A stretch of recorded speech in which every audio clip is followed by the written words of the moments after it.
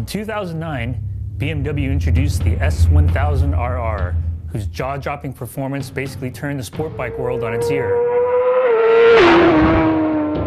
But for 2013, BMW has released the limited production HP4, the high-performance version of the S1000RR. The HP4's engine and chassis are basically the same as the S1000RR, but it's the HP4's electronics, which are some of the most sophisticated ever fitted to a production sport bike, which make all the difference.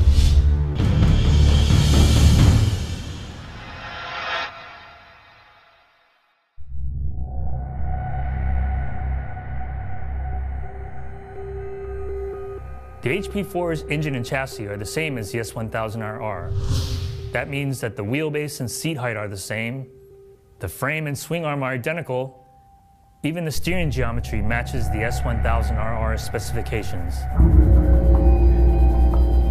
As mentioned earlier, it's the advanced electronics that really sets the HP4 apart from the S1000RR. For instance, BMW breaks new ground with its dynamic damping control, a semi-active electronic suspension system that automatically changes the suspension damping up to 100 times per second according to your riding conditions. BMW also made changes to the dynamic traction control system. Instead of the S1000RR's traction control system that is dependent upon the riding mode you've selected, the HP4 offers 15 different levels of traction control that can be selected on the fly via a switch on the left handlebar. And finally, BMW instilled revisions to the race ABS system, which now uses settings in the slick mode that were developed in the German Superbike Championship. These revisions enable much better control at the limits of adhesion on the racetrack. BMW is only producing a very limited number of the HP4 models for 2013. In fact, only 400 to 600 are reportedly making their way to the US, and all of them have been spoken for. This means that BMW North America didn't have any HP4s in its test fleet, but due to our relationship with the company, we were able to make a special arrangement that allowed us to test an HP4 before it was delivered to the customer. Because of this special arrangement we were granted by BMW, and because this bike already belongs to a customer, we needed to be extremely careful on how we treated this test bike.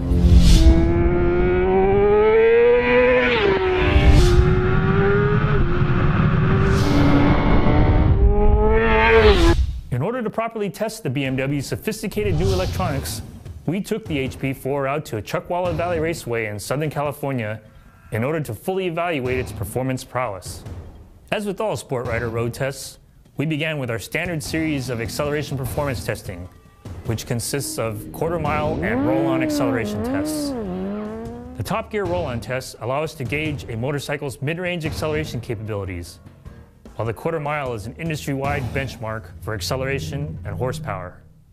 In the quarter mile, the HP4 put up a best time of 9.76 seconds at 152.4 miles per hour.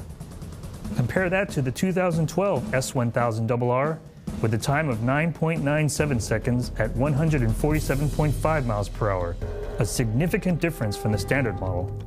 In our roll-on testing, the HP4 accelerated from 60 to 80 miles per hour in 2.44 seconds and from 80 to 100 miles per hour in 2.33 seconds. Again, if we compare those numbers to last year's S1000RR, we see roughly a 0.2 of a second difference in both categories, an eternity in terms of acceleration. Now we head out onto the racetrack.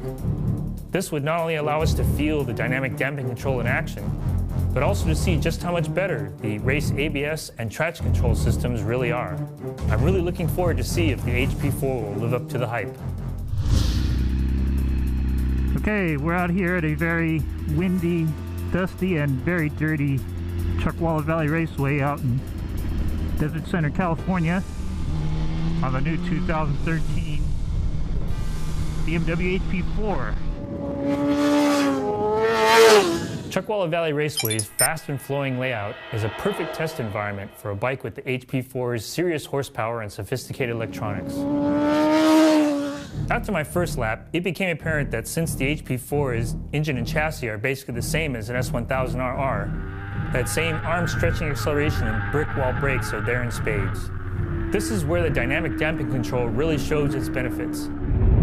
The DDC measures parameters such as throttle, brake, speed, and lean angle to determine how much and when to change suspension damping in order to compensate for weight transfer under braking and acceleration when cornering.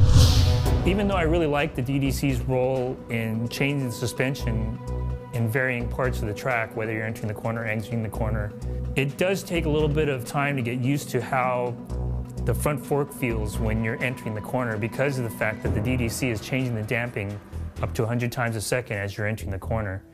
Everything about motorcycle handling is about feel, about how the person feels the suspension and the frame and the chassis working underneath them. It's just a different feel from a standard fork that you kind of have to get used to, but once you get used to it, your confidence level comes back and you can really rail into the corner.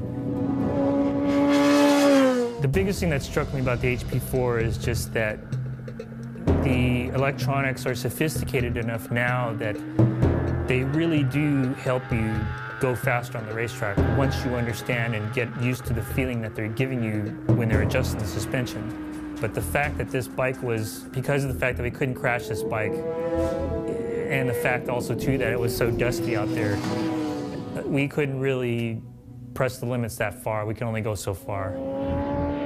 I like the fact that the new traction control system is adjustable on the fly, but to tell you the truth, with the HP4's acceleration, I don't see how you could spend the time or the concentration to hit the switch on the side of the handlebar to change the settings. At the end of the day, because of the dusty and windy conditions at Chuckwalla Valley Raceway, we were unable to gather lap times and other hard data for the test. But our time spent that day on the HP4 still allowed us to see just how far electronics have come. It really does help you go faster. It really is a tool to help you gain time, entering and exiting the corners. Although I will say probably the biggest benefit, especially for the average street rider, is the fact that the system, you can adjust the base settings so that the system starts off really soft when you're just cruising straight up and down like you're going down the highway. But then as soon as you start going into a set of corners, it will start stiffening up the suspension right at the right time.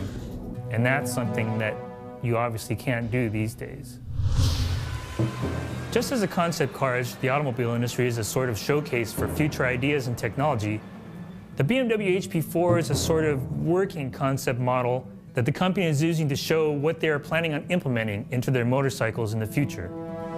In order to spur advances in technology, there always has to be a game changer. And the BMW HP4 is that motorcycle. To me, the HP4 represents the future of sport bikes, and I can't wait to see what the other manufacturers do in response.